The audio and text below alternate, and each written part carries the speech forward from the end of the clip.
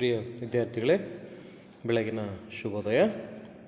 ಇಂದು ನಾವು 9ನೇ ತರಗತಿಯ ಗಣಿತ ವಿಷಯದ ಚತುರ್ಭುಜಗಳು ಈ ಘಟಕಕ್ಕೆ ಸಂಬಂಧಿಸಿದ ಕೆಲವೊಂದು ಅಂಶಗಳ ಬಗ್ಗೆ ತಿಳಿತಾ ಬರೋಣ.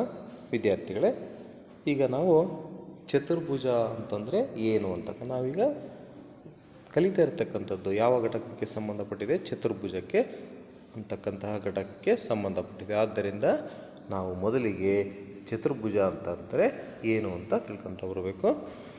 ಈ ಒಂದು ಚತುರ್ಭುಜವು ಏಕರೇಖಾಗತವಲ್ಲದ 4 ಬಿಂದುಗಳನ್ನು ಒಂದು ಕ್ರಮದಲ್ಲಿ ಸೇರಿಸಿ ಪಡೆಯುವ ಆಕೃತಿಗೆ ನಾವೇನಂತ ಕರಿತೀವಿ? ಚತುರ್ಭುಜ ಅಂತ ಕರಿತೀವಿ. ಒಂದೇನಾಗಿರಬೇಕು? ಏಕರೇಖಾಗತವಲ್ಲದ 4 ಬಿಂದುಗಳನ್ನು ಒಂದು ಕ್ರಮದಲ್ಲಿ ಸೇರಿಸಿ ಪಡೆಯುವ ಆಕೃತಿಗೆ ನಾವೇನಂತ ಕರಿತೀವಿ? ಚತುರ್ಭುಜ ಅಂತ ಕರಿತೀವಿ. ಒಂದು ಚತುರ್ಭುಜವು 4 ಬಾಹುಗಳನ್ನು, 4 ಕೋನಗಳನ್ನು ಮತ್ತು 4 ಶೃಂಗಗಳನ್ನು ಹೊಂದಿರುತ್ತೆ. ಇಷ್ಟು ಅಂಶಗಳಿರ್ತವೆ. 4 ಬಾಹು, 4 ಕೋನ, 4 ಶೃಂಗಗಳು ಇರ್ತವೆ.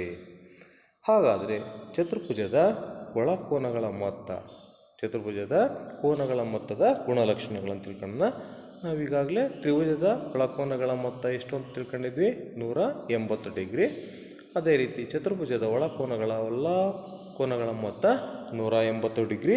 ಒಂದು ಚತುರ್ಭುಜದಲ್ಲಿ ಒಂದು ಕರ್ಣವನ್ನು ಎಳೆದು 2 ತ್ರಿಭುಜಗಳನ್ನಾಗಿ ವಿಭಾಗಿಸಿ ಇದನ್ನು ಪರೀಕ್ಷಿಸಬಹುದು. ಅಂದರೆ ಒಂದು ಚತುರ್ಭುಜದಲ್ಲಿ ಎಷ್ಟು ಕರ್ಣವನ್ನು ಎಳೆಯೋದ್ರಿಂದ 2 ತ್ರಿಭುಜಗಳು ಏರ್ಪಡ್ತವೆ. 2 ತ್ರಿಭುಜಗಳ ಮೊತ್ತ 180, 180, 360. ಮುಂದಿಂದಾಗಿ ನಾವು ಚತುರ್ಭುಜದ ವಿಧಗಳ ಬಗ್ಗೆ ಅಭ್ಯಾಸ ಮಾಡ್ತಾ ಬರೋಣ. ವಿದ್ಯಾರ್ಥಿಗಳೇ, ಇಲ್ಲಿ ಚತುರ್ಭುಜದ ವಿಧಗಳಲ್ಲಿ ಮೊದಲನೆಯ ವಿಧ ಯಾವುದಾಗಿದೆ? ತ್ರಾಪಿಜ್ಯ. ತ್ರಾಪಿಜ್ಯ ಅಂತಂದರೆ ಒಂದು ಜೊತೆ ಅಭಿಮುಖ ಬಾಹುಗಳು ಸಮಾಂತರವಾಗಿದ್ದರ ಒಂದು ಚತುರ್ಭುಜವನ್ನು ನಾವೇನಂತ ಕರಿತೀವಿ? ತ್ರಾಪಿಜ್ಯ ಅಂತ ಕರಿತೀವಿ. ಈ ಚಿತ್ರದಲ್ಲಿ AB ಮತ್ತು DC ಅಂತಕ್ಕಂತಹ 2 ಬಾಹುಗಳು ಏನಾಗಿವೆ? ಸಮಾಂತರವಾಗಿವೆ. ಇಲ್ಲಿ ಮಾರ್ಕ್ ಇದೆ ನೋಡಿ, ಇಲ್ಲಿ ಮಾರ್ಕ್ ಇದೆ. ಆದ್ದರಿಂದ ಇದನ್ನೇನಂತ ಕರಿತೀವಿ? ಸಮಾಂತರ ಇದು ತ್ರಾಪಿಜ್ಯ ಅಂತ ಕರಿತೀವಿ. ಈ 2 ಬಾಹುಗಳು ಸಮಾಂತರ ಒಂದು ಜೊತೆ ಮಾತ್ರ ಸಮವಾಗಿದ್ದರೆ, ಸಮಾಂತರವಾಗಿದ್ದಲ್ಲಿ ಅದನ್ನು ನಾವೇನಂತ ಕರಿತೀವಿ? ತ್ರಾಪಿಜ್ಯ ಅಂತ ಕರಿತೀವಿ. ಸಮಾಂತರ ಚತುರ್ಭುಜ ಅಂತ ಹೇಳ್ತೀವಿ. ಅಭಿಮುಖ ಬಾಹುಗಳು ಸಮಾಂತರವಾಗಿರುತ್ತವೆ. ಅಂದರೆ ABಗೆ BC DC ಸಮಾಂತರವಾಗಿದೆ. ಅಭಿಮುಖ ಕೋನಗಳು ಸಮವಾಗಿರುತ್ತವೆ ಮತ್ತು ಕರ್ಣಗಳು ಪರಸ್ಪರ ಅರ್ಧಿಸುತ್ತವೆ. ಅನುಕ್ರಮ ಪಾರ್ಶ್ವಕೋನಗಳ ಮೊತ್ತ ಎಷ್ಟಾಗಿರುತ್ತೆ? 180 ಡಿಗ್ರಿ ಆಗುತ್ತೆ. ಅನುಕ್ರಮ ಅಂತಂದರೆ ಉದಾಹರಣೆಗೆ A ಕೋನ ಮತ್ತು B ಕೋನ, ಈ 2 ಕೋನಗಳ ಮೊತ್ತ ಎಷ್ಟಾಗಿರುತ್ತೆ? 180 ಡಿಗ್ರಿ ಆಗುತ್ತೆ. ಮುಂದಿನ ವಿಧ ಆಯತ ಅಂತ ಹೇಳ್ತೀವಿ. ಆಯತ ಅಂತಕ್ಕಂಥದ್ದು ಚತುರ್ಭುಜದ ಒಂದು ವಿಧವಾಗಿದ್ದು, ಇಲ್ಲಿ ಅಭಿಮುಖ ಬಾಹುಗಳು ಏನಾಗಿರ್ತವೆ? ಸಮಾಂತರವಾಗಿರ್ತವೆ ಮತ್ತು ಸಮವಾಗಿರ್ತವೆ. ಅಭಿಮುಖ ಬಾಹುಗಳು ಸಮ ಮತ್ತು ಸಮಾಂತರವಾಗಿರ್ತವೆ. ಹಾಗೆಯೇ ಈ ಒಂದು ಇದು ಆಯತದ ಎಲ್ಲ ಕೋನಗಳು ಎಷ್ಟು ಡಿಗ್ರಿಯನ್ನು ಹೊಂದಿರ್ತವೆ? 90 ಡಿಗ್ರಿ ಇರ್ತವೆ. ಎಲ್ಲ ಕೋನಗಳು ಸಮ ಹಾಗೂ 90 ಡಿಗ್ರಿ ಆಗಿರುತ್ತೆ. ಮತ್ತು ಕರ್ಣಗಳು ಪರಸ್ಪರ ಅರ್ಧಿಸುತ್ತವೆ ಮತ್ತು ಕರ್ಣಗಳು ಪರಸ್ಪರ ಸಮವಾಗಿರುತ್ತವೆ. ಇದು ಆಯತದ ಲಕ್ಷಣ. ಆಯತದಲ್ಲಿ ಏನಾಗಿರ್ತವೆ? ಅಭಿಮುಖ ಬಾಹುಗಳು ಸಮ ಮತ್ತು ಸಮಾಂತರವಾಗಿರ್ತವೆ. ಹಾಗೆಯೇ ಪ್ರತಿ ಕೋನವು 90 ಡಿಗ್ರಿ ಇರುತ್ತೆ. ಹಾಗೆಯೇ ಕರ್ಣಗಳು ಸಮವಾಗಿರ್ತವೆ, ಕರ್ಣಗಳು ಪರಸ್ಪರ ಅರ್ಧಿಸುತ್ತವೆ. ಎಲ್ಲವೂ ಕೂಡ ಏನಾಗಿದೆ? ಆಯತದ ಲಕ್ಷಣ ಆಗಿದೆ. ಮುಂದಿನ ವಿಧ ಬಂದರೆ ವರ್ಗ. ನಿಮಗೆಲ್ಲ ಅತ್ಯಂತ ಪರಿಚಿತವಾಗಿರ್ತಕ್ಕಂಥ ಒಂದು ರೇಖಾಕೃತಿ ಇದು. ಅಭಿಮುಖ ಬಾಹುಗಳು ಸಮಾಂತರವಾಗಿರ್ತವೆ, ಎಲ್ಲ ಬಾಹುಗಳು ಸಮವಾಗಿರ್ತವೆ. ಇಲ್ಲಿ ಅಭಿಮುಖ ಎಲ್ಲ ಬಾಹುಗಳು ಸಮ ಮತ್ತು ಸಮಾಂತರವಾಗಿರ್ತವೆ. ಅಭಿಮುಖ ಬಾಹುಗಳು ಸಮಾಂತರವಾಗಿರ್ತವೆ ಮತ್ತು ಎಲ್ಲ ಬಾಹುಗಳು ಕೂಡ ಸಮವಾಗಿರ್ತವೆ. ಎಲ್ಲ ಕೋನಗಳು ಸಮ ಮತ್ತು ಹಾಗೂ ಪ್ರತಿ ಕೋನವು 90 ಡಿಗ್ರಿ ಇರುತ್ತೆ.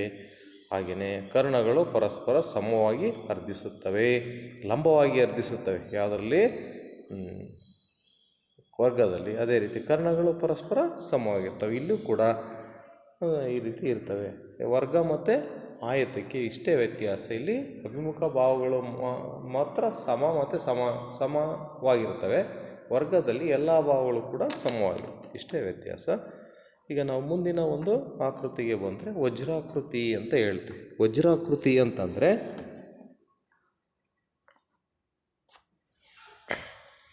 ಇದು ಅಭಿಮುಖ ಬಾಹುಗಳು ಸಮಾಂತರವಾಗಿರ್ತವೆ. ಹಾಗೆಯೇ ಎಲ್ಲ ಬಾಹುಗಳು ಸಮವಾಗಿರ್ತವೆ. ಅಭಿಮುಖ ಕೋನಗಳು ಸಮವಾಗಿರ್ತವೆ. ಕರ್ಣಗಳು ಪರಸ್ಪರ ಲಂಬವಾಗಿ ಅರ್ಧಿಸುತ್ತವೆ. ಕರ್ಣಗಳು ಸಮವಾಗಿರುವುದಿಲ್ಲ. ಇಲ್ಲಿ ವಜ್ರಾಕೃತಿಯಲ್ಲಿ ಇದೊಂದು ಆಯತಕ್ಕೂ ಮತ್ತು ಇದು ವರ್ಗಕ್ಕೂ ಇದಕ್ಕೆ ವ್ಯತ್ಯಾಸ ಇಷ್ಟೇ. ವರ್ಗದಲ್ಲಿ ಪ್ರತಿ ಕೋನವೂ ಕೂಡ ಏನಾಗಿರ್ತವೆ, 90 ಡಿಗ್ರಿ ಆಗಿರ್ತವೆ. ಆದರೆ ಇಲ್ಲಿ ಅಭಿಮುಖ ಕೋನಗಳು ಸಮವಾಗಿರ್ತವೆ ಮತ್ತು ಕರ್ಣಗಳು ಪರಸ್ಪರ ಸಮವಾಗಿರುವುದಿಲ್ಲ ಅಂತ. ಇಷ್ಟು ಪತಂಗ ಅಥವಾ ಗಾಳಿಪಟ ಅಂತ ಕರಿತೀವಿ. ಈ ಚಿತ್ರದ ಒಂದು ರೇಖಾಕೃತಿಯ ವಿಶೇಷತೆ ಏನಪ್ಪ ಅಂತಂದರೆ ಪತಂಗ. ಕರ್ಣಗಳು ಪರಸ್ಪರ ಲಂಬವಾಗಿರುತ್ತವೆ. ಕರ್ಣಗಳು ಸಮವಾಗಿಲ್ಲ. ಇಲ್ಲೂ ಕೂಡ ಕರ್ಣಗಳು ಸಮವಾಗಿರುವುದಿಲ್ಲ. ಕರ್ಣಗಳು ಪರಸ್ಪರ ಲಂಬವಾಗಿ ಅರ್ಧಿಸುತ್ತವೆ. ಹಾಗೆಯೇ ಒಂದು ಜೊತೆ ಅಭಿಮುಖ ಕೋನಗಳು ಸಮವಾಗಿರುತ್ತವೆ. ಒಂದು ಜೊತೆ ಮಾತ್ರ ಅಭಿಮುಖ ಕೋನಗಳು ಸಮವಾಗಿರುತ್ತವೆ. ಒಂದು ಕರ್ಣವು ಚತುರ್ಭುಜವನ್ನು 2 ಸಮದ್ವಿಬಾಹು ತ್ರಿಭುಜಗಳನ್ನಾಗಿ ವಿಭಾಗಿಸುತ್ತದೆ. ಅಂದರೆ ಒಂದು ಕರ್ಣ ನೋಡಿ, ಇಲ್ಲಿ DB ಅಂತಕ್ಕಂತಹ ಕರ್ಣ ಈ ಒಂದು ಚತುರ್ಭುಜವನ್ನು ಪತಂಗವನ್ನು 2 ಸಮದ್ವಿಬಾಹು ತ್ರಿಭುಜಗಳನ್ನಾಗಿ ವಿಭಾಗಿಸುತ್ತದೆ. ಒಂದು ಕರ್ಣವು ಚತುರ್ಭುಜವನ್ನು 2 ಸಮದ್ವಿಬಾಹು ತ್ರಿಭುಜಗಳಾಗಿ ವಿಭಾಗಿಸುತ್ತದೆ. ಆದರೆ ತ್ರಿಭುಜಗಳು ಪರಸ್ಪರ ಸಮವಾಗಿರಲ್ಲ. ಅಂದರೆ ಒಂದು ಕರ್ಣ ಒಂದು ಪತಂಗವನ್ನು 2 ಸಮದ್ವಿಬಾಹು ತ್ರಿಭುಜಗಳನ್ನಾಗಿ ವಿಭಾಗಿಸುತ್ತದೆ. ಆದರೆ ವಿಭಾಗಿಸ್ತಕ್ಕಂತಹ ತ್ರಿಭುಜಗಳು ಸಮವಾಗಿರುವುದಿಲ್ಲ ಅಂತಕ್ಕಂಥದ್ದು. ನೋಡಿ, ಸಮಾಂತರ ಚತುರ್ಭುಜದ ಬಗ್ಗೆ ಸುದೀರ್ಘವಾದಂಥ ಅಧ್ಯಾಯವನ್ನು ಮಾಡ್ತಾ ಬರೋಣ. ಇಲ್ಲಿ ಹಲವಾರು ಪ್ರಮೇಯಗಳಿದ್ದಾವೆ. ಪ್ರಮೇಯ 8.1 ಏನು ಹೇಳುತ್ತೆ? ಸಮಾಂತರ ಚತುರ್ಭುಜದ ಪ್ರತಿ ಕರ್ಣವು ಸಮಾಂತರ ಚತುರ್ಭುಜವನ್ನು 2 ಸರ್ವಸಮ ತ್ರಿಭುಜಗಳನ್ನಾಗಿ ಅರ್ಧಿಸುತ್ತದೆ. ಸಮಾಂತರ ಚತುರ್ಭುಜದ ಪ್ರತಿ ಕರ್ಣವು ಸಮಾಂತರ ಚತುರ್ಭುಜವನ್ನು ಏನು ಮಾಡುತ್ತೆ? 2 ಸರ್ವಸಮ ತ್ರಿಭುಜಗಳನ್ನಾಗಿ ಅರ್ಧಿಸುತ್ತದೆ. ಹಾಗೆಯೇ ಪ್ರಮೇಯ 8.2 ಏನು ಹೇಳುತ್ತೆ? ಒಂದು ಸಮಾಂತರ ಚತುರ್ಭುಜದಲ್ಲಿ ಅಭಿಮುಖ ಬಾಹುಗಳು ಸಮಾಂತರ ಚತುರ್ಭುಜದಲ್ಲಿ ಅಭಿಮುಖ ಬಾಹುಗಳು ಏನಾಗಿರ್ತವೆ? ಸಮವಾಗಿರುತ್ತೆ. ಪ್ರಮೇಯ 8.3 ಒಂದು ಚತುರ್ಭುಜದ ಪ್ರತಿಯೊಂದು ಜೊತೆ ಅಭಿಮುಖ ಬಾಹುಗಳು ಸಮವಾದರೆ ಅದು ಸಮಾಂತರ ಚತುರ್ಭುಜವಾಗುತ್ತದೆ. ಅಂದರೆ ಒಂದು ಚತುರ್ಭುಜದ ಪ್ರತಿಯೊಂದು ಜೊತೆ ಅಭಿಮುಖ ಬಾಹುಗಳು ಸಮನಾದರೆ ಅದೇನಾಗುತ್ತೆ? ಸಮಾಂತರ ಚತುರ್ಭುಜವನ್ನು ಏರ್ಪಡಿಸುತ್ತದೆ. ಅಂದರೆ 8.4 ಒಂದು ಸಮಾಂತರ ಚತುರ್ಭುಜದಲ್ಲಿ ಅಭಿಮುಖ ಕೋನಗಳು ಸಮಾಂತರ ಚತುರ್ಭುಜದಲ್ಲಿ ಅಭಿಮುಖ ಕೋನಗಳು ಏನಾಗಿರ್ತವೆ? ಸಮವಾಗಿರ್ತವೆ. ಅದೇ ರೀತಿ 8.5 ಒಂದು ಚತುರ್ಭುಜದಲ್ಲಿ ಪ್ರತಿಯೊಂದು ಜೊತೆ ಅಭಿಮುಖ ಕೋನಗಳು ಸಮವಿದ್ದಾಗ ಅದು ಸಮಾಂತರ ಚತುರ್ಭುಜವಾಗುತ್ತದೆ. ಒಂದು ಚತುರ್ಭುಜದಲ್ಲಿ ಪ್ರತಿಯೊಂದು ಜೊತೆ ಅಭಿಮುಖ ಕೋನಗಳು ಸಮವಿದ್ದಾಗ ಅದು ಎಂಥ ಚತುರ್ಭುಜವಾಗುತ್ತೆ? ಸಮಾಂತರ ಚತುರ್ಭುಜವಾಗುತ್ತದೆ.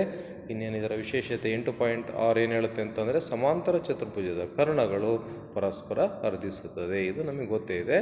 ಹಾಗೆ 8.7 ಒಂದು ಚತುರ್ಭುಜದಲ್ಲಿ ಕರ್ಣಗಳು ಪರಸ್ಪರ ಅರ್ಧಿಸಿದರೆ ಅದು ಏನಾಗುತ್ತೆ? ಸಮಾಂತರ ಚತುರ್ಭುಜ ಆಗುತ್ತದೆ. ಇಲ್ಲಿ ಬಹಳ ಮುಖ್ಯವಾದಂತಹ ಒಂದು ಪ್ರಮೇಯ. ಈ ಪ್ರಮೇಯ ನಿಮಗೆ ಪರೀಕ್ಷಾ ದೃಷ್ಟಿಯಿಂದ ತುಂಬ ಇಂಪಾರ್ಟೆಂಟ್ ಆಗಿದೆ. ವಿದ್ಯಾರ್ಥಿಗಳೇ, ಪ್ರಮೇಯ ಸಾಧನೆಗಳು, ಕೆಲವೊಂದು ಪ್ರಮೇಯಗಳನ್ನು ನಾವು ಸಾಧಿಸಿ ತೋರಿಸ್ಬೇಕಾಗುತ್ತೆ. ಏನು ಕೊಟ್ಟಿದ್ದಾರೆ ಅಂತಂದರೆ 8.1 ಸಮಾಂತರ ಚತುರ್ಭುಜದ ಪ್ರತಿ ಕರ್ಣವು ಸಮಾಂತರ ಚತುರ್ಭುಜವನ್ನು 2 ಸರ್ವಸಮ ತ್ರಿಭುಜಗಳನ್ನಾಗಿ ಅರ್ಧಿಸುತ್ತದೆ. 2 ಸರ್ವಸಮ ತ್ರಿಭುಜಗಳನ್ನಾಗಿ ಅರ್ಧಿಸುತ್ತದೆ ಅಂತ ಸಾಧಿಸಿ ತೋರಿಸ್ಬೇಕು.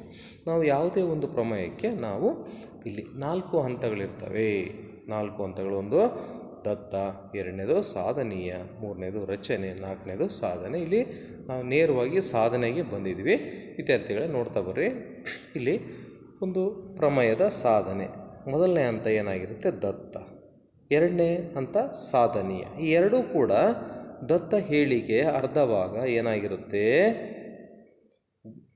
ದತ್ತ ಆಗಿರುತ್ತೆ. ಇನ್ನು ಉಳಿದ ಅರ್ಧ ಭಾಗ ಸಾಧನೀಯ ಆಗುತ್ತೆ. ಈ ಒಂದು ಚತುರ್ಭುಜದಲ್ಲಿ ಸಮಾಂತರ ಚತುರ್ಭುಜದ ಪ್ರತಿ ಕರ್ಣವು ಸಮಾಂತರ ಚತುರ್ಭುಜವನ್ನು, ಅಂದರೆ ಸಮಾಂತರ ಚತುರ್ಭುಜದಲ್ಲಿ ಕರ್ಣ AC ಅಂತಕ್ಕಂಥದ್ದು, ABCD ಅಂತಕ್ಕಂಥ ಒಂದು ಸಮಾಂತರ ಚತುರ್ಭುಜದಲ್ಲಿ AC ಏನಾಗಿದೆ? ಕರ್ಣ ಆಗಿದೆ. ಈ ಒಂದು ಚತುರ್ಭುಜವನ್ನು 2 ಸರ್ವಸಮ ತ್ರಿಭುಜಗಳನ್ನಾಗಿ ಅರ್ಧಿಸುತ್ತದೆ. ಸರ್ವಸಮ ತ್ರಿಭುಜಗಳನ್ನಾಗಿ ಅರ್ಧಿಸುತ್ತದೆ ಅಂತ. ಈಗ ನಾವು ಸಾಧನೆಗೆ ದತ್ತ ಆಯಿತು, ಸಾಧನೆ ಏನು ತೋರಿಸ್ಬೇಕು? ತ್ರಿಭುಜ ಎ ಬಿ ಸಿ ಈಕ್ವಲ್ಸ್ ತ್ರಿಭುಜ ಎ ಡಿ ಸಿ ಅಂತ ತೋರಿಸ್ಬೇಕು. ಸರ್ವಸಮ ಅಂತಂದರೆ ಎ ಬಿ ಸಿ ಸರ್ವಸಮ ತ್ರಿಭುಜ ಎ ಡಿ ಸಿ ಅಂತ ತೋರಿಸ್ಬೇಕು. ರಚನೆ ನೋಡಿ, ನಮಗೆ ಎ ಸಿ ಅಂತಕ್ಕಂಥ ಕರ್ಣವನ್ನು ಸೇರಿಸ್ಬೇಕು, ಎ ಸಿ ಕರ್ಣವನ್ನು ಸೇರಿಸ್ಬೇಕು. ಈಗ ದತ್ತ ಅಂದರೆ ಸಾಧನೆಗೆ ಬಂದರೆ ನೋಡಿ, ಇಲ್ಲಿ ಮೊದಲನೆಯದಾಗಿ ಸಾಧನೆಗೆ ತ್ರಿಭುಜ ಎ ಬಿ ಸಿ ಮತ್ತು ತ್ರಿಭುಜ ಸಿ ಡಿ ಎಗಳಲ್ಲಿ ತ್ರಿಭುಜ ಎ ಬಿ ಸಿ ಮತ್ತು ತ್ರಿಭುಜ ಸಿ ಡಿ ಎಗಳಲ್ಲಿ ಕೋನ ಬಿ ಸಿ ಎ ನೋಡಿ, ಕೋನ ಬಿ ಸಿ ಎ ಕೋನ ಈಕ್ವಲ್ಸ್ ಕೋನ ಡಿ ಎ ಸಿ ಕೋನ ನೋಡಿ. 1 ಮಾರ್ಕ್ ಇದೆ, 2 ಮಾರ್ಕ್ ಇದೆ, 2 ಮಾರ್ಕ್ ಇದೆ ನೋಡಿ, ಅದನ್ನು ತಾಳಿ. ಇಲ್ಲಿ 2 ಮಾರ್ಕ್ ಇದೆ, ಇಲ್ಲಿ ಕೂಡ 2 ಮಾರ್ಕ್ ಇದೆ. ಇಂತಹ 2 ತ್ರಿಭುಜಗಳನ್ನು ತಗೊಂಡು ಅವು ಸಮ ಅಂತ. ಯಾಕೆ ಅಂತಂದರೆ ನಮಗೆ ಗೊತ್ತಿದೆ ಇಲ್ಲಿ ಡಿ ಸಿ ಮತ್ತು ಎ ಬಿ ಅಂತಕ್ಕಂಥವು ಸಮಾಂತರ ರೇಖೆಗಳು. ಈ ರೀತಿಯಾಗಿ ಒಂದು ಛೇದಕವು ಎ ಸಿ ಏನಾಗಿದೆ, ಛೇದಕ ಆಗಿದೆ. ಈ ರೀತಿಯಾದಾಗ ಇವೆರಡನ್ನು ಏನಂತ ಕರಿತೀವಿ? ಪರ್ಯಾಯ ಕೋನಗಳು. ಯಾವುದೇ ಒಂದು ಸಮಾಂತರ ರೇಖೆಗಳನ್ನು ಒಂದು ಛೇದಕ ಕತ್ತರಿಸಿದಾಗ ಏರ್ಪಡ್ತಕ್ಕಂತಹ ಪರ್ಯಾಯ ಕೋನಗಳು ಸಮವಾಗಿರ್ತವೆ ಅಂತ ರೇಖೆಗಳು ಮತ್ತು ಕೋನಗಳ ಚಾಪ್ಟ್ರಲ್ಲಿ ತಿಳ್ಕೊಂಡಿವಿ. ಅದೇ ರೀತಿ ಎರಡನೇ ನೋಡ್ರಿ, ಕೋನ ಬಿ ಎ ಸಿ ಈಕ್ವಲ್ಸ್ ಕೋನ 1 ಮಾರ್ಕ್ ಇದೆ ನೋಡ್ರಿ, ಕೋನ ಬಿ ಎ ಸಿ ಈಕ್ವಲ್ಸ್ ಕೋನ ಡಿ ಸಿ ಎ. ಈ ಕೋನ 1 ಮಾರ್ಕ್ ಇದೆ ಮತ್ತು ಈ ಕೋನ ಎರಡು ಕೂಡ ಸಮ. ಯಾಕೆ ಅಂದರೆ ಇವು ಕೂಡ ಇಂತಹ ಕೋನಗಳು ಎ ಬಿ ಮತ್ತು ಡಿ ಸಿ ಸಮಾಂತರ ರೇಖೆಗಳನ್ನು ಎ ಸಿ ಛೇದಕ ಕತ್ತರಿಸಿದಾಗ ಉಂಟಾಗ್ತಕ್ಕಂತಹ ಇವೇನಾಗಿದ್ದಾವೆ? ಪರ್ಯಾಯ ಕೋನಗಳು. ಆಮೇಲೆ ಇದು ನಮಗೆ ಮೋಸ್ಟ್ ಫೆಮಿಲಿಯರ್, ಇದು A C equals A C ಅಂತ ಹೇಳ್ತೀವಿ, ಉಭಯ ಸಾಮಾನ್ಯ. ಆಗ ನಾವು ನೇರವಾಗಿ ಹೇಳ್ಬೋದು ತ್ರಿಭುಜ ಎ ಬಿ ಸಿ ಸರ್ವಸಮ ತ್ರಿಭುಜ ಸಿ ಡಿ ಎ. ಒಂದು ಕೋನ ಬಾಹುಕೋನ ಸಿದ್ಧಾಂತದ ನಿಯಮದ ಪ್ರಕಾರ ಇದೇನಾಗುತ್ತೆ? ತ್ರಿಭುಜಗಳಲ್ಲಿ ಕಲ್ತಿದ್ವಿ, ಕೋಬಾಕ ಸಿದ್ಧಾಂತ, ಬಾಕೋಬ ಸಿದ್ಧಾಂತ, ಲಂಕಾವ ಸಿದ್ಧಾಂತ, ಬಾಹು ಸಿದ್ಧಾಂತಗಳ ಬಗ್ಗೆ ಅಭ್ಯಾಸವನ್ನು ಮಾಡಿದ್ವಿ. ಕರ್ಣ ಎ ಸಿಯು ಸಮಾಂತರ ಚತುರ್ಭುಜ ಎ ಬಿ ಸಿ ಡಿಯನ್ನು ತ್ರಿಭುಜ ಎ ಬಿ ಸಿ ಮತ್ತು ಸಿ ಡಿ ಎ ಎಂಬ 2 ಸರ್ವಸಮಗಳನ್ನಾಗಿ ವಿಭಾಗಿಸಿದೆ ಅಥವಾ ವಿಭಾಗಿಸುತ್ತದೆ. ವಿದ್ಯಾರ್ಥಿಗಳು ಗಮನಿಸಿದ್ರಾ? ಇದು ಪರೀಕ್ಷಾ ದೃಷ್ಟಿಯಿಂದ ಅತ್ಯಂತ ಇಂಪಾರ್ಟೆಂಟ್ ಆಗಿರ್ತಕ್ಕಂಥ ಪ್ರಾಬ್ಲಮ್. ಸಮಾಂತರ ಚತುರ್ಭುಜ ಕೊಟ್ಟಿದ್ದಾರೆ, ಆ ಸಮಾಂತರ ಚತುರ್ಭುಜದಲ್ಲಿ ಒಂದು ಕರ್ಣ ಇದೆ. ಆ ಕರ್ಣ ಏನು ಮಾಡುತ್ತೆ? ಆ ಸಮಾಂತರ ಚತುರ್ಭುಜವನ್ನು ಇದು ಸರ್ವಸಮ ತ್ರಿಭುಜಗಳನ್ನಾಗಿ ವಿಭಾಗಿಸುತ್ತದೆ, 2 ಸರ್ವಸಮ ತ್ರಿಭುಜಗಳನ್ನಾಗಿ ವಿಭಾಗಿಸುತ್ತದೆ. ಆಮೇಲೆ ತ್ರಿಭುಜ ಎ ಬಿ ಸಿ ಮತ್ತು ಸಿ ಡಿ ಎಗಳು ತಗೊಂಡು ಅವೆರಡನ್ನು ಸರ್ವಸಮ ಅಂತ ತೋರಿಸ್ಬೇಕು. ಸರ್ವಸಮ ಅಂತ ತೋರಿಸ್ಬೇಕಾದ್ರೆ ನೋಡಿ 3 ಅಂಶಗಳನ್ನು ತೋರಿಸ್ಬೇಕಾಗ್ತದೆ. A C equals A C ಏನಾಗಿದೆ? ನಮಗೆ ಉಭಯ ಸಾಮಾನ್ಯ ಆಗಿದೆ. ಬಿ ಸಿ ಎ ನೋಡಿ 2 ಮಾರ್ಕ್ ಮಾಡಿದೆ, ನೀವು ಈ ಥರ 2 ಮಾರ್ಕ್ ಮಾಡಿಬಿಟ್ಟು 2 ಮಾರ್ಕ್. ಇವೆರಡು ಎಂಥ ಕೋನಗಳು? ಪರ್ಯಾಯ ಕೋನಗಳು. ಯಾಕೆಂದರೆ ಎ ಬಿ ಮತ್ತು ಡಿ ಸಿ ಸಮಾಂತರ ರೇಖೆಗಳು, ಎ ಸಿ ಏನಾಗಿದೆ? ಇಲ್ಲಿ ಛೇದಕವಾಗಿದೆ. ಈ ರೀತಿಯಾಗಿದ್ದಾಗ ಏರ್ಪಡ್ತಕ್ಕಂತಹ ಪರ್ಯಾಯ ಕೋನಗಳು 2 ಮಾರ್ಕು 2 ಇದೆ, ಇವು ಸಮ ಆಗಿದೆ. ಅದೇ 1 ಮಾರ್ಕು 1 ಮಾರ್ಕು ಇವು ಕೂಡ ಸಮವಾಗಿದೆ. ಆಗ A C equals A C ನಮಗೆ ಗೊತ್ತೇ ಇದೆ. ಆದ್ದರಿಂದ ಇವೆರಡು ಏನಾಗುತ್ತೆ? ಸರ್ವಸಮ. ಈ 2 ತ್ರಿಭುಜಗಳು ಸರ್ವಸಮ ಚಿಹ್ನೆ ಗೊತ್ತಿದೆ, 2 ಈಕ್ವಲ್ಸ್ ಹಾಕಿ ಅದರ ಮೇಲೆ ಇದಾಕಿ. ಆಗ ನಾವೇನಂತ ಹೇಳ್ಬೋದು? ಕರ್ಣ ಎ ಸಿಯು ಸಮಾಂತರ ಚತುರ್ಭುಜ ಎ ಬಿ ಸಿ ಡಿಯನ್ನು ತ್ರಿಭುಜ ಎ ಬಿ ಸಿ ಮತ್ತು ತ್ರಿಭುಜ ಸಿ ಡಿ ಎ ಎಂಬ 2 ಸರ್ವಸಮ ತ್ರಿಭುಜಗಳಾಗಿ ವಿಭಾಗಿಸುತ್ತದೆ ಅಂತ ಹೇಳ್ಬೋದು ವಿದ್ಯಾರ್ಥಿಗಳು. ಇನ್ನೊಂದು ಪ್ರಮಾಣ, ಒಂದು ಸಮಾಂತರ ಚತುರ್ಭುಜದಲ್ಲಿ ಅಭಿಮುಖ ಬಾಹುಗಳು ಸಮ, A B equals D C ಮತ್ತು A D equals B C. ಒಂದು ಸಮಾಂತರ ಚತುರ್ಭುಜದಲ್ಲಿ ಅಭಿಮುಖ ಬಾಹುಗಳು ಸಮ ಅಂದರೆ A B equals D C ಮತ್ತು A D equals B C. ಆಗ ನೋಡಿ ಸಾಧನೆಗೆ ಬರೋಣ. ನಿಂಗೆ ಗೊತ್ತಿದೆ, ಇನ್ನು ಎ ಬಿ ಸಿ ಡಿ ಒಂದು ಸಮಾಂತರ ಚತುರ್ಭುಜ, ಎ ಸಿ ಒಂದು ಕರ್ಣ. ಇದು ಸಾಧನೆಗೆ ಬಂದರೆ ತ್ರಿಭುಜ ಎ ಬಿ ಸಿ ಮತ್ತು ಸಿ ಡಿ ಎಗಳಲ್ಲಿ ಅದೇ ಥರ ತಗೊಳ್ಳೋಣ. ಸೇಮ್ ಅದೇ ಥರ A C equals A C. ಮುಂದಿನಂತ ಪ್ರಮೇಯ 8.3 ಇದು ಕೂಡ ಇಂಪಾರ್ಟೆಂಟ್ ಆಗಿರ್ತಕ್ಕಂಥ ಪ್ರಮೇಯ. ಒಂದು ಚತುರ್ಭುಜದ ಪ್ರತಿಯೊಂದು ಜೊತೆ ಅಭಿಮುಖ ಬಾಹುಗಳು ಸಮವಾದರೆ ಅದು ಸಮಾಂತರ ಚತುರ್ಭುಜ. ಒಂದು ಚತುರ್ಭುಜ ಇದೆ, ಎ ಬಿ ಸಿ ಡಿ ಅಂತಕ್ಕಂಥ ಚತುರ್ಭುಜ. ಈ ಒಂದು ಚತುರ್ಭುಜದಲ್ಲಿ ಅಭಿಮುಖ ಬಾಹುಗಳು ಅಂದರೆ ಎ ಬಿಗೆ ಅಭಿಮುಖ ಬಾಹು ಯಾವುದು? C D. ಎ ಬಿಗೆ ಅಭಿಮುಖ ಸಿ ಡಿ ಆಗಿದೆ. ಆಮೇಲೆ ಎ ಡಿಗೆ ಅಭಿಮುಖ ಯಾವುದಾಗಿದೆ? ಬಿ ಸಿ ಆಗಿದೆ. ಇವು ಸಮವಾದಲ್ಲಿ ನೋಡಿ, ಮಾರ್ಕ್ ಇದೆ ಇಲ್ಲಿ, ಈ ಬ್ಲೂ ಕಲರ್ ಎರಡು ಮಾರ್ಕ್ ಇದಿವೆ, ಸಮ ಆಗಿದೆ. ಈ ಬಾಹುಗಳು ಸಮ ಮತ್ತು ಈ ಬಾಹುಗಳು ಸಮ ಅಂತ ಕೊಟ್ಟಿದ್ದಾರೆ. ಈಗ ಏನು ಮಾಡುತ್ತೆ, ಒಂದು ಇದು ಎಂಥ ಚತುರ್ಭುಜ ಅಂತ ತೋರಿಸ್ಬೇಕು. ಸಮಾಂತರ ಚತುರ್ಭುಜ. ಸಮಾಂತರ ಚತುರ್ಭುಜ ಲಕ್ಷಣ ಗೊತ್ತಿದೆ, ಸಮ ಅಂತ ನಮಗೇನೋ ಗೊತ್ತಿದೆ. ನಾವು ಏನಂತ ಸಾಧಿಸ್ಬೇಕೀಗ? ಈ ಒಂದು ಅಭಿಮುಖ ಬಾಹುಗಳು ಸಮಾಂತರ ಅಂತ ತೋರಿಸ್ಬೇಕು. ಈಗ ಚತುರ್ಭುಜ ಎ ಬಿ ಸಿ ಡಿಯಲ್ಲಿ A B equals C D ಅಂತ ಅವ್ರು ಕೊಟ್ಟಿದ್ದಾರೆ, ಮತ್ತು ಎ ಡಿ ಈಕ್ವಲ್ಸ್ ನೋಡಿ ಮೂವ್ ಆಗ್ತದೆ, A D equals B C ಅಂತ ಅವ್ರು ಕೊಟ್ಟಿದ್ದಾರೆ. ಕರ್ಣ ಎ ಸಿಯನ್ನು ಹೇಳ್ಕೊಳ್ಳೋಣ, ಕರ್ಣ ಜಾಯಿನ್ ಮಾಡೋಣ, ಎ ಸಿ ಮತ್ತು ಇವುಗಳನ್ನು ಜಾಯಿನ್ ಮಾಡೋಣ. ಆವಾಗ ತ್ರಿಭುಜ ಎ ಬಿ ಸಿ ಮತ್ತು ಸಿ ಡಿ ಅಂತಕ್ಕಂತಹ ಎರಡು ತ್ರಿಭುಜಗಳು ಏರ್ಪಟ್ಟಿವೆ. ಆ ಒಂದು ತ್ರಿಭುಜದಲ್ಲಿ A B equals C D ಮತ್ತು A D equals B C ಇನ್ನೇ ಗೊತ್ತೇ ಇದೆ. A C equals A C ನೋಡಿ, ಮೂರು ಅಂಶಗಳನ್ನು ಗಮನಿಸ್ತಾ ಬರ್ರಿ. ಮೊದಲೇದು ಏನಪ್ಪ? A B equals C D, A B equals C D ಕೆಂಪು. ಅದೇ ರೀತಿ A D equals B C ದತ್ತ ಅವರೇ ಕೊಟ್ಬಿಟ್ಟಿದ್ದಾರೆ. ಈಗ ಎ ಸಿ ಕರ್ಣ ಹೇಳ್ಕೊಂಡಿದ್ವಲ್ಲ, ಈ ಕರ್ಣ ಏನಾಗಿದೆ? ಎರಡು ಚತುರ್ಭುಜಗಳಿಗೆ ಏನಾಗಿದೆ? ಸಾಮಾನ್ಯವಾಗಿದೆ. ಇದಕ್ಕೂ ಕೂಡ ಬಾಹುವಾಗಿದೆ, ಈ ತ್ರಿಭುಜಕ್ಕೂ ಕೂಡ ಬಾಹು. ಆದ್ದರಿಂದ ಇವೆರಡು ಎಂತಹ ತ್ರಿಭುಜಗಳಂತ ಹೇಳ್ಬೋದು ನಾವು? ಸರ್ವಸಮ ತ್ರಿಭುಜಗಳು ಅಂತ ಹೇಳ್ಬೋದು. ಈ ಎರಡು ತ್ರಿಭುಜಗಳು ಸರ್ವಸಮ ಅಂದರೆ ಬಾಹು ಸಿದ್ಧಾಂತದಿಂದ. ಆದ್ದರಿಂದ ನಾವು ನೇರವಾಗಿ ಬರಿಬೋದು, ಉಳಿದಂಥ ಅನುರೂಪ ಕೋನಗಳು ಸಮವಾಗಿರ್ತವೆ ಅಂತ. ಅಂದರೆ ಬಿ ಎ ಸಿ ಕೋನ ಈಕ್ವಲ್ಸ್ ಡಿ ಸಿ ಎ ಮತ್ತು B C A equals D A C. ಇವೆರಡೂ ಕೂಡ ಎಂತಹ ಕೋನಗಳು? ಅನುರೂಪ ಕೋನಗಳು. ಈ ರೀತಿ ಅನುರೂಪ ಕೋನಗಳು. ಆದ್ದರಿಂದ ನಾವು ಏನಂತ ಹೇಳ್ಬೋದು? ಎ ಬಿ ಸಿ ಡಿ ಒಂದು ಸಮಾಂತರ ಚತುರ್ಭುಜ. ಪರ್ಯಾಯ ಕೋನಗಳು ಸಮವಾಗಿರುವುದರಿಂದ ಎಂಥ ಚತುರ್ಭುಜ ಅಂತ ಹೇಳ್ಬೋದು? ಇದು ಸಮಾಂತರ ಚತುರ್ಭುಜ ಅಂತ ಹೇಳ್ಬೋದು. ವಿದ್ಯಾರ್ಥಿಗಳೇ, ಈ ರೀತಿಯಾಗಿ ಕೆಲವೊಂದು ಪ್ರಾಬ್ಲಮ್ಸನ್ನು ಮಾಡ್ತವೆ. ಇಲ್ಲಿ ಆಯತದ ಮೊದಲನೇ ಉದಾಹರಣೆಗೆ ಬಂದರೆ, ಆಯತದ ಪ್ರತಿಯೊಂದು ಕೋನವು ಒಂದು ಲಂಬಕೋನ ಎಂದು ತೋರಿಸಿ. ಯಾವುದೇ ಒಂದು ಆಯತವನ್ನು ತಗೊಂಡ್ರೆ ನಾವು ಯಾವುದೇ ಒಂದು ಆಯತ ಇರ್ಬೋದು, ಆ ಒಂದು ಆಯತದಲ್ಲಿ ನಾವು ಪ್ರತಿ ಕೋನವು ಎಷ್ಟು ಡಿಗ್ರಿ ಆಗಿದೆ ಅಂತ ತೋರಿಸ್ಬೇಕು. 90 ಡಿಗ್ರಿ ಅಂತ. ಎ ಬಿ ಸಿ ಡಿ ಒಂದು ಆಯತ. ಆಗ ಕೋನ ಎ ಈಕ್ವಲ್ಸ್ 90 ಡಿಗ್ರಿ ಅಂತ ಇಟ್ಕೊಳ್ಳೋಣ. ಕೋನ ಎ ಈಕ್ವಲ್ಸ್ 90 ಡಿಗ್ರಿ. ಆಮೇಲೆ ಕೋನ ಎ ಪ್ಲಸ್ ಕೋನ ಬಿ, ಕೋನ ಎ ಪ್ಲಸ್ ಕೋನ ಬಿ ನೋಡಿ ಚಿತ್ರದಲ್ಲಿ, ಕೋನ ಎ ಮತ್ತು ಕೋನ ಬಿ ಎರಡೂಗಳ ಮೊತ್ತ ಎಷ್ಟಾಗಿರುತ್ತೆ? 180 ಡಿಗ್ರಿ. ಇವು ಯಾವುದೇ ಒಂದು ಸಮಾಂತರ ಚತುರ್ಭುಜದ ಅನುಕ್ರಮ ಕೋನಗಳ ಮೊತ್ತ ಎಷ್ಟಾಗಿರುತ್ತೆ? 180 ಡಿಗ್ರಿ ಆಗಿರುತ್ತೆ. ಆದ್ದರಿಂದ ನಾವು ಕೋನ ಬಿ ಈಕ್ವಲ್ಸ್ ಎಷ್ಟು ಅಂತ ತೋರಿಸ್ಬೋದು?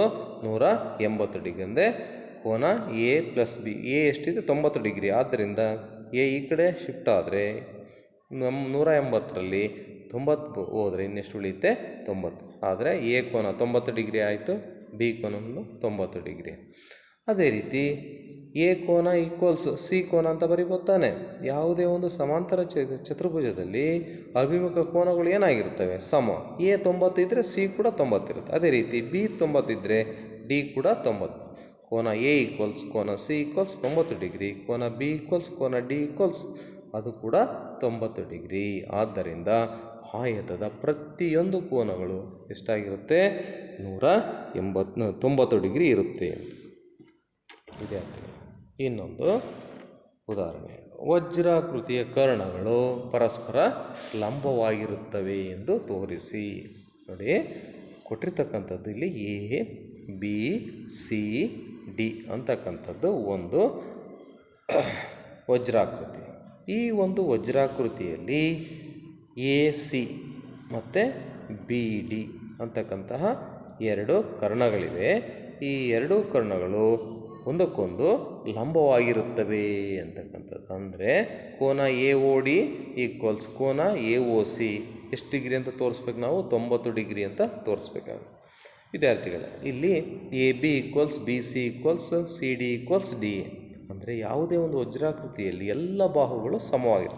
ಅಂದರೆ ಎ ಬಿ ಬಾಹುವಿಗೆ ಬಿ ಸಿ ಬಾಹು ಸಮವಾಗಿದೆ, ಸಿ ಡಿಗೆ ಡಿ ಎ ಸಮವಾಗಿದೆ. ಇದು ನಮಗೆ ದತ್ತದಲ್ಲಿ ಗೊತ್ತಿದೆ. ಈಗ ಕೋನ ಎ ಒ ಡಿ ಮತ್ತು ತ್ರಿಭುಜ ಎ ಒ ಡಿ ಮತ್ತು ತ್ರಿಭುಜ ಸಿ ಒ ಡಿ ಎರಡನ್ನೂ ತಗೊಂಡು ಯಾವ್ಯಾವ ತ್ರಿಭುಜ ಎ ಒ ಡಿ ಮತ್ತು ತ್ರಿಭುಜ ಸಿ ಒ ಡಿ ಎರಡು ತ್ರಿಭುಜಗಳನ್ನು ತಗೊಂಡು ಆ ಎರಡನ್ನು ಸರ್ವಸಮ ಅಂತ ಸಾಧಿಸೋಣ.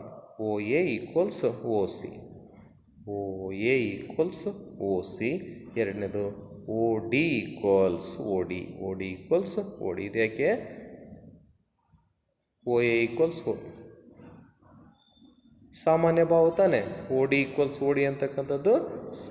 ಆಮೇಲೆ O A equals O C ಹೆಂಗೆ ಬರೆದ್ವಿ ಅಂತಂದರೆ, ಯಾವುದೇ ಒಂದು ಸಮಾಂತರ ಚತುರ್ಭುಜ ಕರ್ಣಗಳು ಪರಸ್ಪರ ಏನಾಗಿರ್ತವೆ? ಲಂಬವಾಗಿ ವರ್ಧಿಸ್ಕೊಳ್ತವೆ ಅಂತಕ್ಕಂಥದ್ದು. ಆಮೇಲೆ A D equals C D, A D equals C D. ಇದು ದತ್ತ ಎ ಡಿ ಈಕ್ವಲ್ಸ್ ಡಿ. ಏಕೆ ಅಂತಂದರೆ ಈ ಒಂದು ಎ ಡಿ ಅಂತಕ್ಕಂಥದ್ದು ಕೂಡ ಒಂದು ವಜ್ರಾಕೃತಿಯ ಬಾಹು, ಡಿ ಸಿ ಅಂತಕ್ಕಂಥದ್ದು ಕೂಡ ವಜ್ರಾಕೃತಿಯ ಬಾಹು. ವಜ್ರಾಕೃತಿಯಲ್ಲಿ ಎಲ್ಲ ಬಾಹುಗಳು ಸಮವಾಗಿರ್ತವೆ. ಆದ್ದರಿಂದ ನಾವು ನೇರವಾಗಿ ಬಾಹುಕೋನ ಬಾಹು ಸಿದ್ಧಾಂತದ ಪ್ರಕಾರ ನಾವು ತ್ರಿಭುಜ ಎ ಒ ಡಿ ಸರ್ವಸಮ ಈಕ್ವಲ್ಸ್ ತ್ರಿಭುಜ ಏನಂತ ಬರಿಬೋದು? ಸಿ ಒ ಡಿ ಅಂತ ಬರಿಬೋದು. ಆಗ ನಾವು ನೇರವಾಗಿ ಕೋನ ಎ ಒ ಡಿ ಪ್ಲಸ್ ಕೋನ ಎ ಒ ಡಿ ಮತ್ತು ಸಿ ಒ ಡಿ ಈಕ್ವಲ್ಸ್ ಅಂತ ಬರಿಬೋದು. ಎ ಒ ಡಿ ಮತ್ತು ಸಿ ಒ ಡಿ ಸಮ ಅಂತ ಬರಿಬೋದು. ಏಕೆಂದರೆ ಸತ್ರೀಯ ಅಂದರೆ ಸರ್ವಸಮ ತ್ರಿಭುಜದ ಅನುರೂಪ ಬಾಹುಗಳು ಅಂತ ಹೇಳ್ತೀವಿ. ಅದೇ ರೀತಿ A O D plus C O D equals ಎಷ್ಟು ಡಿಗ್ರಿ? 180 ಡಿಗ್ರಿ. ಸಂಯುಗ್ಮಿಯು ಒಂದು ಸರಳ ರೇಖೆಯ ಮೇಲೆ ಒಂದು ಕಿರಣ, ಎ ಸಿ ಅಂತಕ್ಕಂಥ ಸರಳ ರೇಖೆ, ಓ ಡಿ ಅಂತಕ್ಕಂಥದ್ದು ಒಂದು ಕಿರಣ. ಈ ರೀತಿ ನಿಂತಾಗ ಏರ್ಪಟ್ಟಂತಹ ಕೋನಗಳು ಮೊತ್ತ ಎಷ್ಟಾಗಿರುತ್ತೆ? 180 ಡಿಗ್ರಿ. ಇವನ್ನ ನಾವು ಸಂಯುಗ್ಮಿಗಳು ಅಂತ ಹೇಳ್ತೀವಿ. ಅದೇ ರೀತಿ A O D plus C O D equals 180 degree. A O D plus C O ಡಿನ ಏನಂತ ಬರಿಬೋದು? ಎ ಒ ಡಿ ಅಂತ. ಏಕೆಂದರೆ A O D equal C O D ತಾನೆ. ಆದ್ದರಿಂದ ಸಿ ಒ ಡಿನೂ ಕೂಡ ಏನಂತ ಬದಲಾಯಿಸಿ ಬರಿಬೋದು? ಎ ಒ ಡಿ ಅಂತ. ಎ ಒ ಡಿ ಕೂಡಿದ್ರೆ ಎರಡು ಎ ಒ ಡಿ ಈಕ್ವಲ್ಸ್ ಎಷ್ಟು ಡಿಗ್ರಿ? 180 ಡಿಗ್ರಿ. ಬರೀ A O D equals 180 divided by 2 ಅಂದರೆ 90 ಡಿಗ್ರಿ. ವಜ್ರಾಕೃತಿಯ ಕರ್ಣಗಳು ಪರಸ್ಪರ ಲಂಬವಾಗಿರುತ್ತೆ ಅಂತಕ್ಕಂಥದ್ದನ್ನು ಸಾಧಿಸಿ ತೋರಿಸಿದೆ.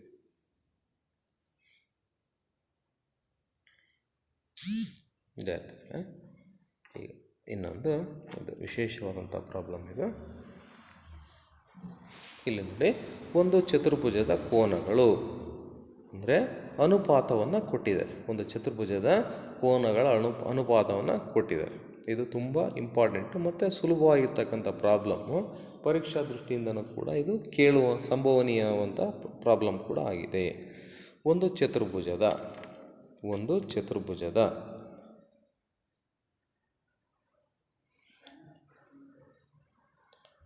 ಕೋನಗಳು 3:5:9:13 ಅನುಪಾತದಲ್ಲಿವೆ. ಚತುರ್ಭುಜದ ಎಲ್ಲ ಕೋನಗಳನ್ನು ಕಂಡುಹಿಡಿಯಿರಿ ಅಂತ ಕೇಳಿದ್ದಾರೆ. ಚತುರ್ಭುಜದ ಎಲ್ಲ ಕೋನಗಳನ್ನು ಕೂಡ ಕಂಡುಹಿಡಿಯಿರಿ ಅಂತ ಕೇಳಿದ್ದಾರೆ.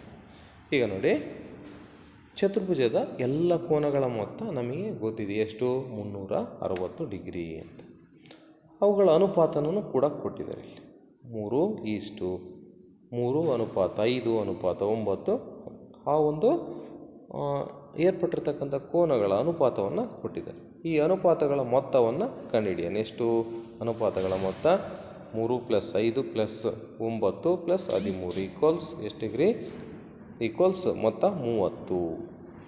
ಈಗ ಒಂದನೇ ಕೋನವನ್ನು ಕಂಡುಹಿಡಿಬೇಕು. ಒಂದನೇ ಕೋನವನ್ನು ಹೆಂಗೆ ಕಂಡುಹಿಡಿತೀವಿ ಅಂದರೆ, ಮೊದಲನೇ ಅನುಪಾತ ಎಷ್ಟಿದೆ? 3 ಮೊತ್ತ 30. 3/30 ಇಂಟು ಒಟ್ಟು ಮೊತ್ತ ಎಷ್ಟು? ಕೋನದ ಮೊತ್ತ 360. 360ರಲ್ಲಿ 30ನೇ 3 ಭಾಗ ಮೊದಲನೇ ಕೋನ ಇದೆ ಅಂತಕ್ಕಂಥದ್ದು. ಅಂದರೆ 0 ಕ್ಯಾನ್ಸಲ್ ಆದರೆ 3 ಕ್ಯಾನ್ಸಲ್ ಆದರೆ ಉಳಿತಕ್ಕಂಥದ್ದು 36. ಅಂದರೆ ಈ ಒಂದು ಚತುರ್ಭುಜದಲ್ಲಿ ಮೊದಲನೇ ಕೋನ ಎಷ್ಟು ಡಿಗ್ರಿ ಆಗಿದೆ? 36 ಡಿಗ್ರಿ ಆಗಿದೆ. ಎರಡನೇ ಕೋನವನ್ನು ಇದೇ ರೀತಿ ಕೂಡ ನಾವು ಕಂಡುಹಿಡಿಬೋದು. ಅಂದರೆ ಒಟ್ಟು 30, ಎರಡನೇ ಅನುಪಾತ ಎಷ್ಟಿದೆ?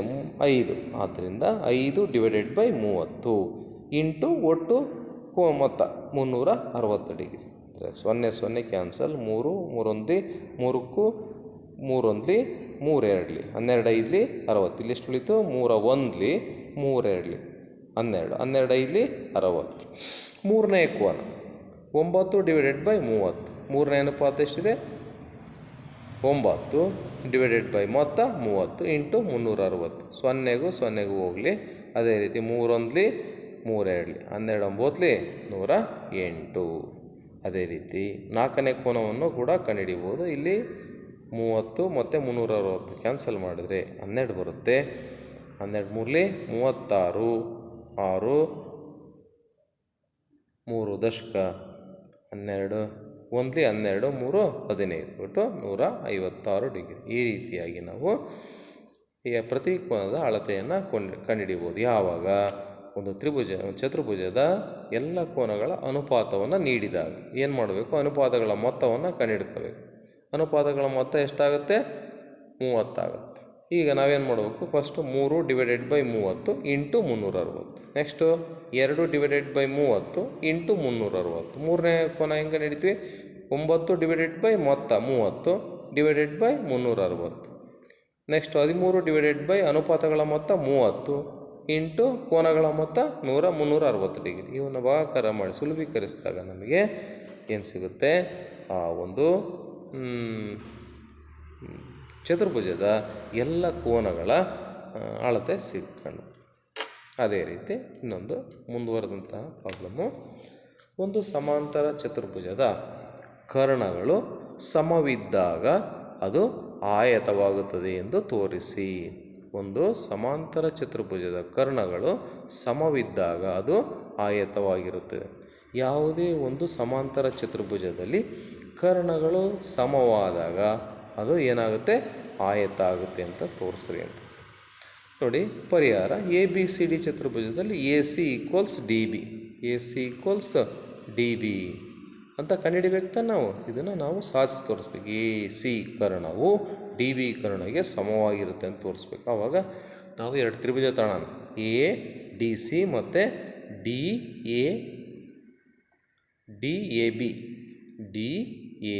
ಇನ್ನೊಂದು ಪ್ರಶ್ನೆ ಇದೆ ADC.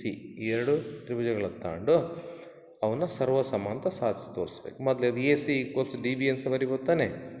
AC = DB ದತ್ತ ಅವರೇ ಕೊಟ್ಬಿಟ್ಟಿದ್ದಾರೆ.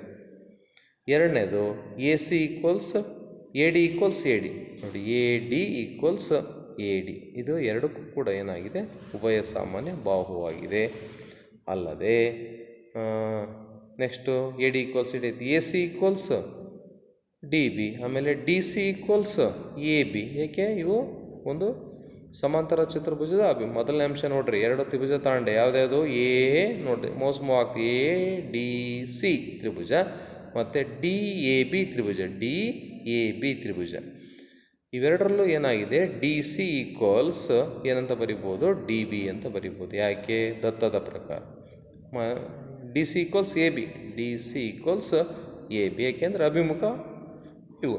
ಅದೇ ರೀತಿ AC = DB ಅಂತ ಬರಿಬೋದು. AC = DB ಅಂತಲೂ ಬರಿಬೋದು. ಯಾಕೆ? ಇದು ತತ್ವದ ಪ್ರಕಾರ. ಆಮೇಲೆ ನೀವು AD = AD. ಎರಡು ತ್ರಿಭುಜಗಳಿಗೆ ಪಾದ ಆಗಿದೆ, ಆದ್ದರಿಂದ AD = AD. ಆದ್ದರಿಂದ ಇವೆರಡೂ ಕೂಡ ಎಂತಹ ತ್ರಿಭುಜಗಳು? ಸರ್ವಸಮ ತ್ರಿಭುಜಗಳು.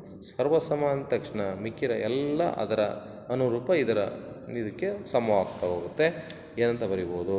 ADC = DAB ಅಂತ ಸಾಧಿಸಿ ಇಟ್ಕೋಬೇಕು. ಆಮೇಲೆ ನಾವು ಆದರೆ ಕೋನ ADC ಪ್ಲಸ್ ಕೋನ DAB ಈ ಎರಡು ಕೋನಗಳ ಮೊತ್ತ ಎಷ್ಟು ಅಂತ ಬರಿಬೋದು? 100. ನೋಡಿ ಕೋನ ADC ಮತ್ತು ಪ್ಲಸ್ ಕೋನ DAB ಈ ಎರಡು ಎಂಥ ಕೋನಗಳು? ಅನುಕ್ರಮ ಚತುರ್ಭುಜದ ಅನುಕ್ರಮ ಕೋನಗಳು. ಇವುಗಳ ಮೊತ್ತ ಯಾವಾಗಲೂ 360 ಡಿಗ್ರಿ ಆಗಿರುತ್ತೆ. ಮತ್ತು 1 ಮತ್ತು 2ರಿಂದ ADC equals DAB equals 90 degree ಅಂತ ಬರೀಬೋದು. ಆದ್ದರಿಂದ ABCD ಒಂದು ಆಯತ, ಏಕೆಂದರೆ ಸಮಾಂತರ ಚತುರ್ಭುಜದ ಒಂದು ಕೋನವು 90 ಡಿಗ್ರಿ ಇದ್ದರೆ ಅದು ಏನಾಗುತ್ತೆ, ಆಯತ ಆಗುತ್ತೆ. ವಿದ್ಯಾರ್ಥಿಗಳೇ, ಇಂದಿಗೆ ಈ ಒಂದು ತರಗತಿಯನ್ನು ಪೂರ್ಣಗೊಳಿಸೋಣ. ಮುಂದಿನ ತರಗತಿಯಲ್ಲಿ ನೀವು ಮುಂದಿನ ಚತುರ್ಭುಜದ ಉಳಿದಂತಹ ಪ್ರಾಬ್ಲಮ್ಸನ್ನು ಮಾಡ್ತಾ ಬರೋಣ. ಓಕೆ, ಇಂದಿಗೆ ಇಲ್ಲಿ ಕ್ಲೋಸ್ ಮಾಡ್ತಾ ಬರೋಣ.